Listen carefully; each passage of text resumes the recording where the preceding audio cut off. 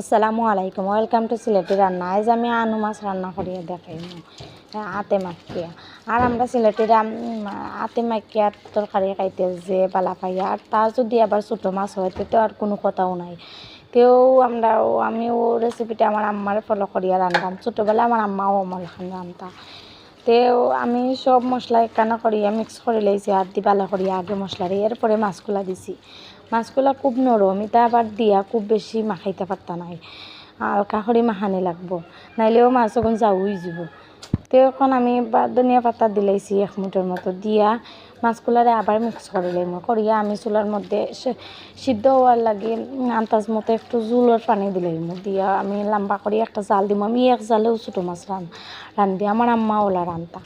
তো আপনারা সকালে আমার রেসিপি ফলো ভালো লাগলে আমার চ্যানেলটি সাবস্ক্রাইব করে আমার ভিডিওটিতে একটা লাইক দিয়ে আমার পাশে থাকবা। ভুল কুটি হইলে কমার দৃষ্টিতে দেখবা। তো আপনারা সকল ভালো থাকুক। আসসালামু আলাইকুম।